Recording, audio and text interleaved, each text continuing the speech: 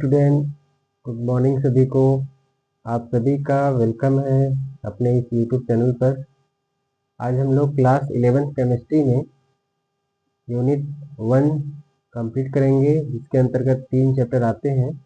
इसमें से हमने कुछ आपको कंप्लीट करा दिया है। जो इम्पोर्टेंट टॉपिक है उसी का रिवीजन हम लोग कर रहे हैं। तो आज हम लोग पूरी यूनिट को कंप्लीट कर लेंगे। तो जितने भी टॉपिक बचे हुए हैं आइए देख लेते हैं इसको। इसमें पहला टॉपिक है आपका मोल। तो सबसे पहले आपको जानना है मोल क्या होता है। देखिए, मोल जो होता है पदार्थ की वह मात्रा होती है जो कार्बन के 12 ग्राम में उपस्थित होती है। कार्बन 12 ग्राम में उपस्थित परमाणुओं की संख्या के बराबर होती है। उसे हम लोग एक मोल कहते हैं। इसको लिख लेते हैं यहाँ पे। तो लिखेंगे किसी पदार्थ की वह मात्रा, किसी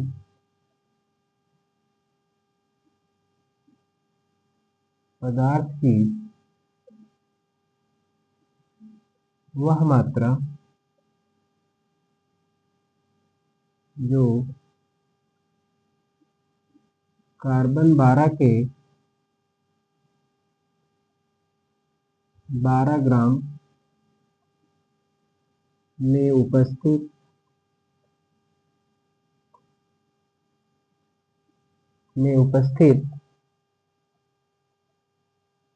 परमाणुओं की संख्या के बराबर होती है। परमाणुओं की संख्या के बराबर होती है।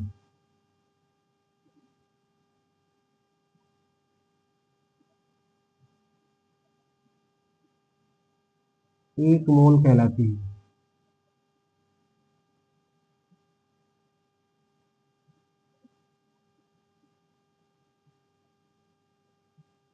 एक मोल कहलाती है। मान कितना होता है इसका?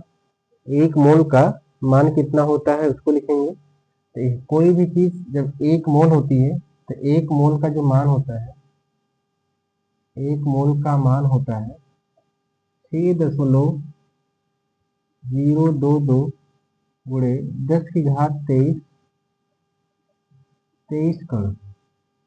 अब ये मान सबके लिए रहेगा। आप कुछ भी ले लेंगे। अगर आप अणु लेते हैं तो उतने अणु हो जाएंगे, परमाणु लेते हैं तो उतने परमाणु हो जाएंगे, अगर आयन लेते हैं तो उतने ही क्या हो जाएंगे, आयन हो जाएंगे। जैसे कुछ एग्जाम्पल जैसे देखिए इसका, जैसे जैसे हमने ले लिया एक मोल हाइड्रोजन परमाणु।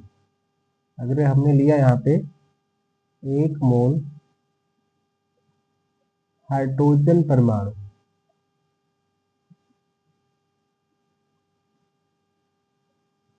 हाइड्रोजन परमाणु, तो ये बराबर क्या हो जाएगा? 6.022 गुणे 10 की घात 23 परमाणु हो जाएगा। वहीं आपने ले लिया एक मोल जल अणु ले लिया, H2, ये अणु के रूप में हो गया ना। इसमें इसकी मात्रा कितनी है? 6.022 गुणे 10 की घात क्या हो जाएगी? 23। और इसे क्या कहेंगे? अणु। इतने अणु हो जाएंगे। अगर आप वहीं आयन लेते हैं तो उतने ही क्या हो जाएंगे? आयन हो जाएंगे यहाँ पे। ठीक है, चलिए यहाँ तक क्लियर हो गया सबको। आगे चलेंगे, अगला जो टॉपिक है वो देखेंगे हम लोग। यहाँ पे ये जो मान लिखा हुआ है यहाँ पे 6.022 गुणे 10 की घात 23, इसे हम लोग आवोगाद्रो संख्या भी कहते हैं। और ये उसी का मान होता है, उसी के बराबर ये मान रखे जाते हैं सबके। आगे बढ़ेंगे, कुछ इंपॉर्टेंट फार्मूले देख लेते हैं यहाँ पे।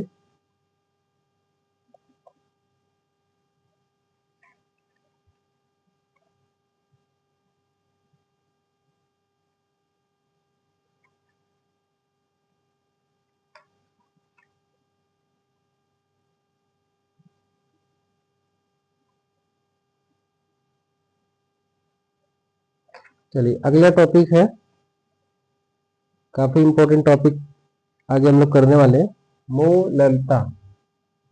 अगला जो टॉपिक है आपका वो है मोललता, इसके बारे में जानेंगे। मोललता क्या होती है इसको जानेंगे पहले। देखो, किसी विलायक के प्रति किलोग्राम में, ध्यान से समझिएगा, किसी विलायक के प्रति किलोग्राम में उपस्थित विलेय के मोलों की संख्या को क्या कहते हैं? मोललता कहते हैं। ठीक है, तो इसको लिखेंगे यहाँ पे, किसी विलायक के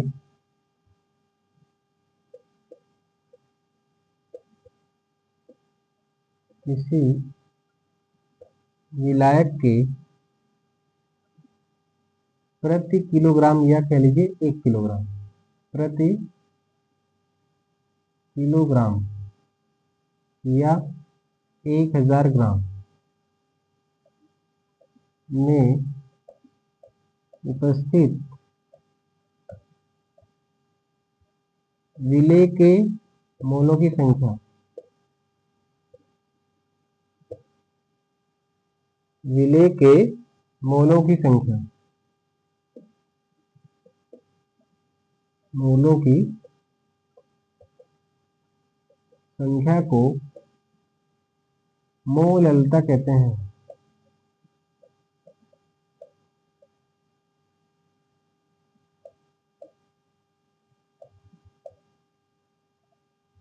इसका फार्मूला लिखेंगे, इसे स्मॉल m से दर्शाते ही हैं, ये तो जानते हैं आप। स्मॉल m बराबर, तो यहाँ पे लिख देते हैं स्मॉल m बराबर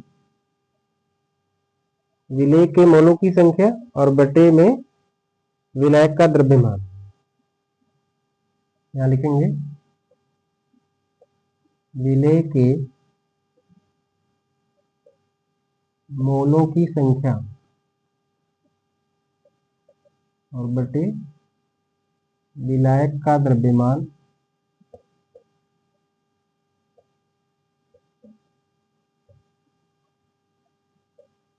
विलायक का द्रव्यमान किलोग्राम में रहेगा यहाँ पर। ये फार्मूला बनेगा आपका मोललता का।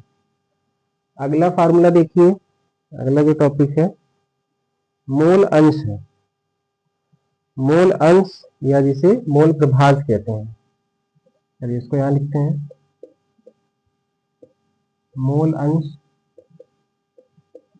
या इसे मोल प्रभाज कहते हैं, मोल प्रभाज।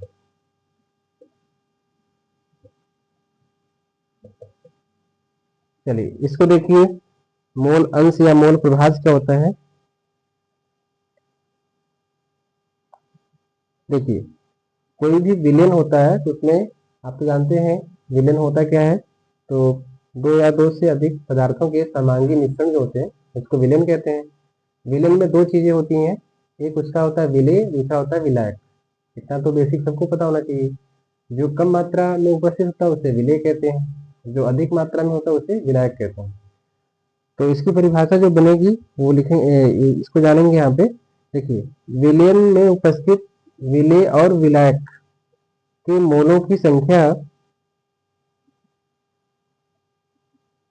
कोई विलेन है उसके में उपस्थित विलेय या विलायक के मोलों की संख्या, फिर उसका अनुपात लेते हैं उपस्थित कुल मोलों की संख्या का अनुपात।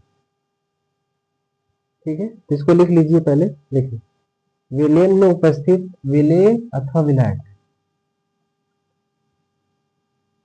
विलेयन में उपस्थित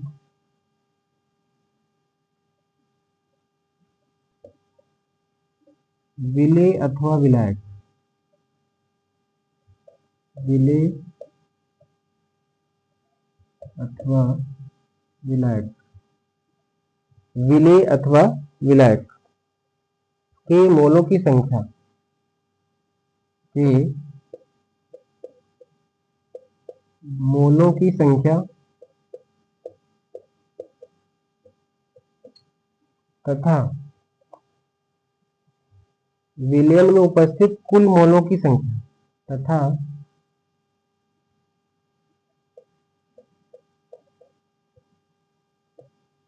विलयन के कुल मोलों की संख्या, कुल मोलों की संख्या के अनुपात को मोल अंश या मोल प्रभास कहते हैं। मोल अंश या मोल प्रभास कहते हैं।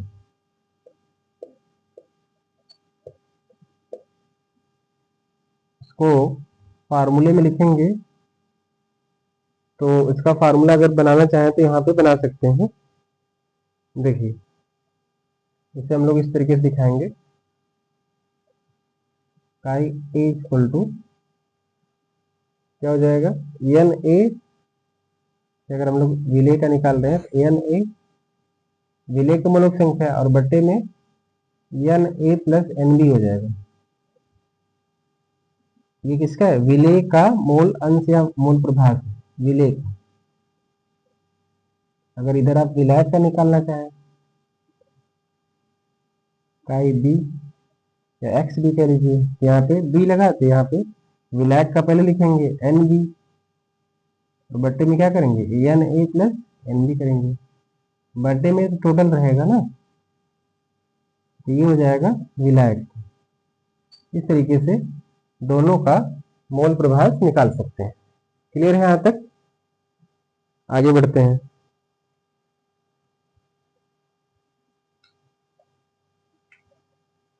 चलिए इसको हटा देते हैं, यहाँ तक सबको क्लियर होगा। अगला देखिए,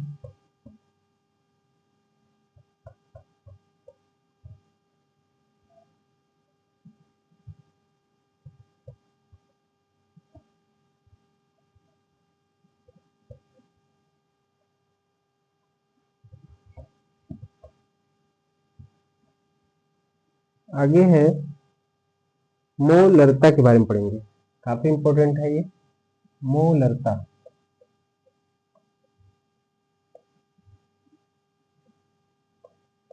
मोलारिटी, इसको कैपिटल एम से दर्शाते हैं। चलिए समझिए इसको, मोलरता क्या होती है। तो जानिए, किसी विलयन के प्रति लीटर में, किसी विलयन के प्रति लीटर में उपस्थित विलय के मोलों की संख्या को विलयन की मोलरता कहते हैं। क्लियर है? तो लिख लेते हैं आप। देखिए किसी विलयन के प्रति लीटर का मतलब हुआ 1 लीटर। किसी विलयन के प्रति लीटर या उसे क्या कहते हैं 1 लीटर में उपस्थित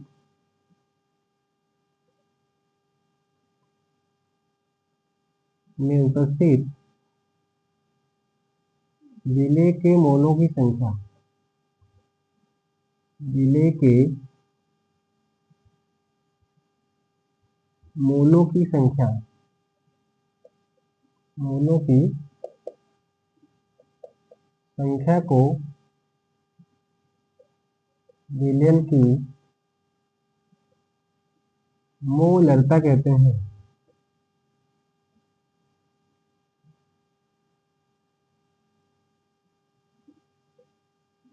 मोलरता कहते हैं, कैपिटल एम से दर्शाते हैं। कैपिटल एम बराबर विलय के मोलों की संख्या के मोलों की संख्या बटे क्या करेंगे विलयन का आयतन लीटर में, विलयन का आयतन किसमें रहेगा, लीटर में रहेगा। तो इसे आप लिख सकते हैं एन अपॉन वी लिख सकते हैं आप। ये फार्मूला आपका बनता है। ठीक है यहाँ तक? चलिए अगला टॉपिक है आपका नॉर्मलता, काफी इंपॉर्टेंट टॉपिक है ये भी।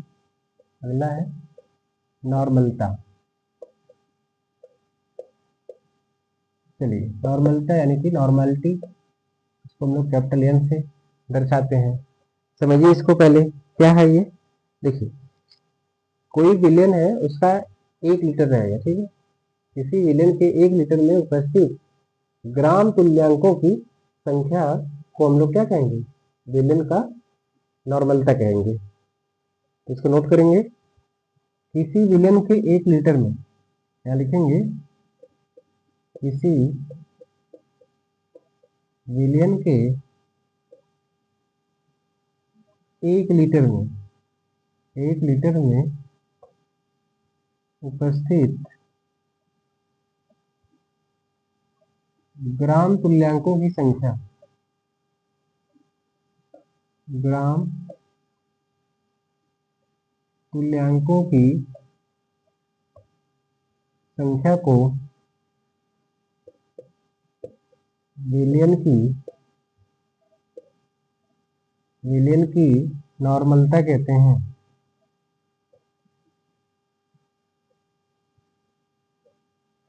इसे कैपिटल एन से दर्शाते भी हैं, ये तो पता ही आपको, कैपिटल एन से दर्शाते हैं। तो अगर इसका फार्मूला लिखना चाहें तो वही फार्मूला इसका भी हो जाएगा। ऊपर लिखेंगे विलेय के ग्राम तुल्यांकों की संख्या और बटे उसका आयतन लीटर में हो जाएगा। क्लियर है यहाँ तक? आगे बढ़ते हैं।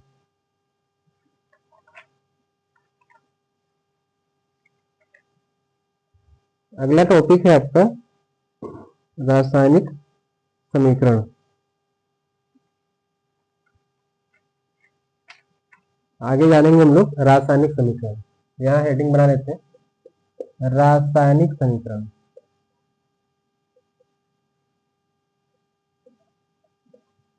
रासायनिक समीकरण होता क्या है, समझिए पहले इसको।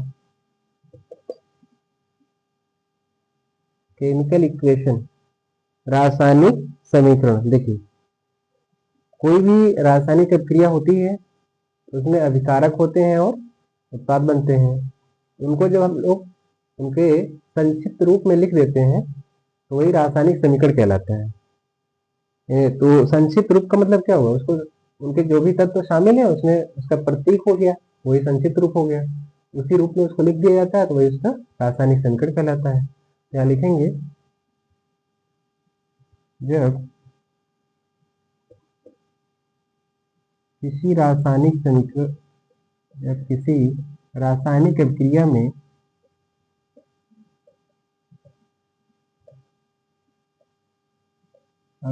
में उपस्थित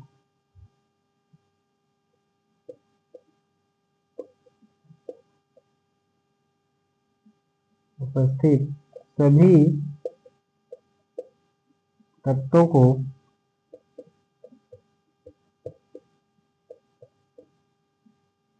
उनके प्रतीकों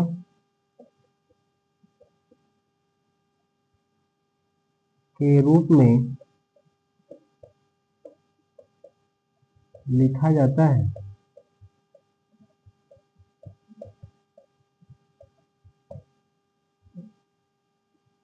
उसे रासायनिक समीकरण कहते हैं।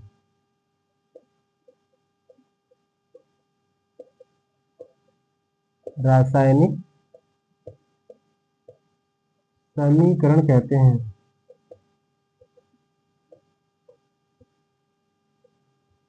जैसे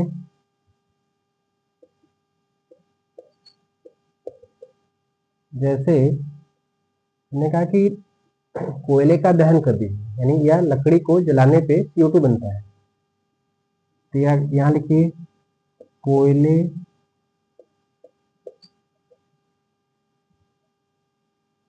कोयला है और प्लस यहाँ लिखा है ऑक्सीजन लिखा है, और कह रहे हैं कि ये जो बन रहा है ये कार्बन डाइऑक्साइड बन रहा है, कार्बन डाइऑक्साइड।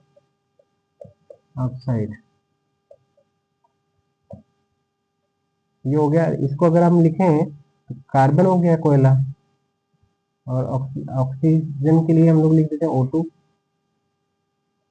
तो ये क्या बन जाएगा, CO। ये जब इस तरीके से लिख दिया गया तो ये क्या हो जाएगा, रासायनिक समीकरण हो जाएगा इसका। ठीक है यहाँ तक?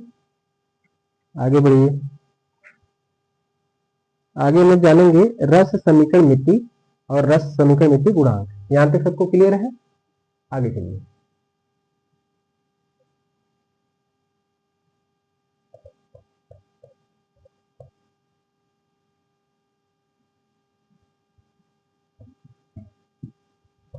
अगला है रस समीकरण मिति क्या है और रस समीकरण मिति गुणांक क्या है, इसको समझिए।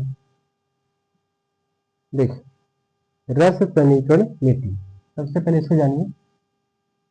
रस समीकरण मिति,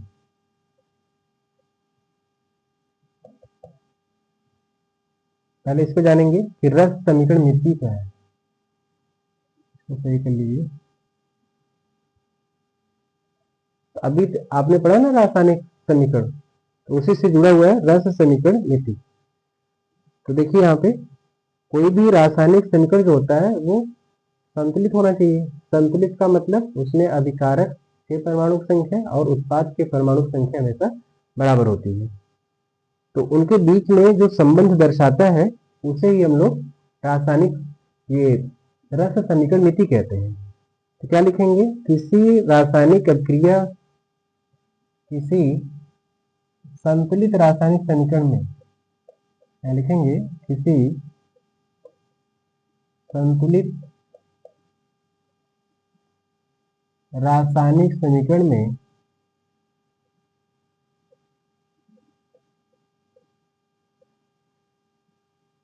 संतुलित रासायनिक समीकरण में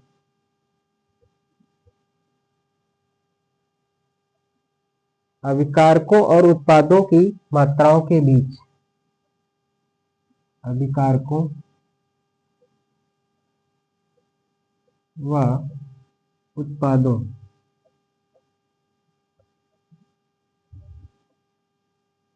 की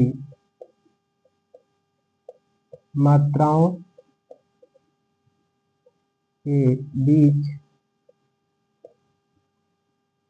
बीच संबंध को बीच संबंध को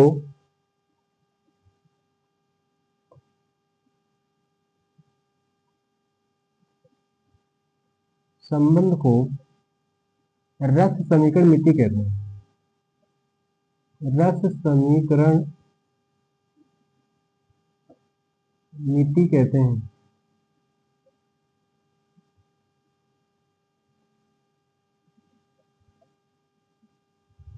और इसी में एक और टॉपिक होता है रस समीकरण मिति गुणांक। रस समीकरण मिति गुणांक, इसको भी समझ लीजिए। देखिए, जब कोई रासायनिक समीकरण लिखा जाता है, अगर वह संतुलित है तो उसमें आप देखेंगे जितने भी तत्व शामिल रहेंगे अभिकारक की तरफ और उत्पाद की तरफ, उनके तत्वों के पहले कुछ नंबर्स लिखी होती हैं, यानी कुछ अंक लिखे होते हैं, उसे ही हम लोग रस समीकरण मिति गुणांक कहते हैं।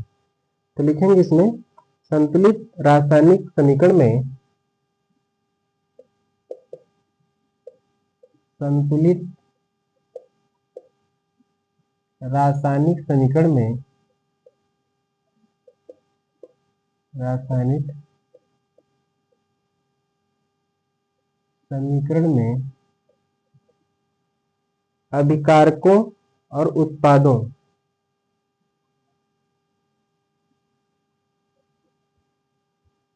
अभिकारकों व उत्पादों के प्रतीकों से पहले, प्रतीकों से पहले लिखे हुए अंक को रस समीकरण मिति गुणांक कहते हैं। रस समीकरण मिति गुणांक कहते हैं।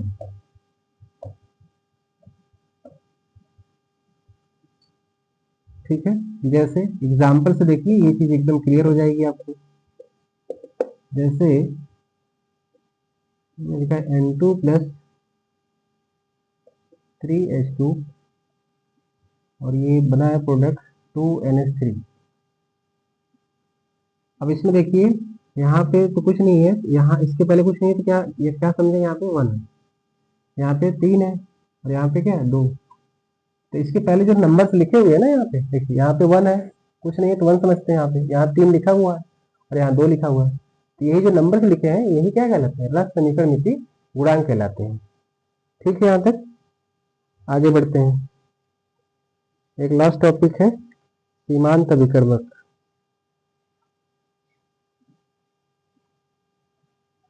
अगला देखिए सीमांत अभिकर्मक।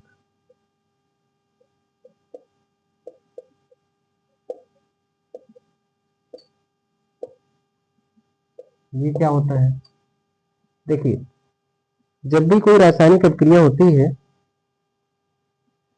तो उसमें जो तत्व पहले खर्च हो जाएगा और अभिक्रिया पूरी हो जाएगी, उसे ही कहेंगे सीमांत अभिकर्मक। यानी वो क्या करेगा, अभिक्रिया को वहीं पे रोक देगा क्योंकि वो पहले खर्च हो चुका है।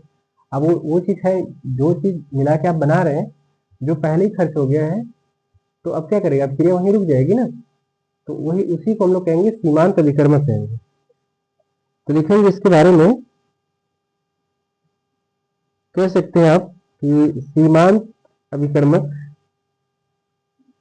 या कहेंगे वह अभिकर्मक जो रासायनिक क्रिया में, वह अभिकर्मक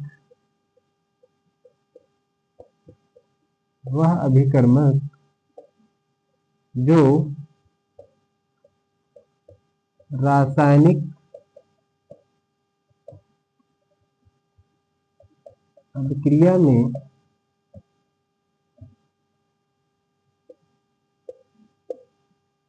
वह अभिकर्मक जो रासायनिक अभिक्रिया में पूर्ण रूप से प्रयुक्त हो जाता है, रासायनिक अभिक्रिया में पूर्ण रूप से प्रयुक्त हो जाता है, प्रयुक्त हो जाता है,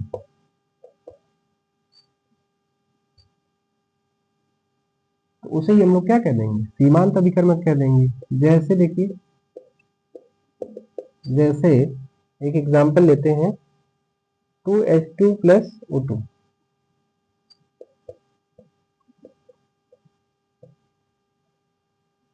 ये क्या बन जाएगा, 2H2 बन जाएगा। अब इस अभिक्रिया में देखिए H2 का 2 मोल लिया गया है और O2 का 1 मोल लिया गया है, यानी कि O2 जो है 1 ही मोल है इसका, और H2 का कितना लिया गया है, 2 मोल लिया गया है, तब जाके ये बना हुआ है 2H2O। अब यहीं पे अगर हम लोग कह दें कि यदि दोनों अभिकारकों में हम कह दें कि 1-1 मोल लिया गया है, H2 और O2 1-1 मोल लें, तो अगर आप 1-1 मोल लेंगे, अगर हम इसका भी 1 मोल ले लेंगे, इसका फिर आधा ही खर्च होगा ना, तो ये आधा ही खर्च होगा, इसका 1 मोल लेंगे तो आधा ये पहले ही खर्च हो जाएगा। यहाँ पे तो जो पहले खर्च हो जाएगा वही क्या कहलाएगा, सीमांत अभिकर्मक कहलाएगा। जैसे अगर हम लोग 1 मोल ले लें, इसका 1 मोल H2 ले लें, क्योंकि ये संतुलित अभिक्रिया है ना, अगर आप इसका 1 मोल ले लेंगे इसका फिर आधा ही लगेगा, और ये पूरा भी 1 मोल है तो इसका आधा ही लेना पड़ेगा, आधा मोल O2 लेना पड़ेगा, यानी ये पहले ही खर्च हो जाएगा और इसका आधा मोल बचा रहेगा। तो जो पहले खर्च हो जाएगा वही क्या कहलाएगा, सीमांत अभिकर्मक कहलाएगा। क्लियर है यहाँ तक?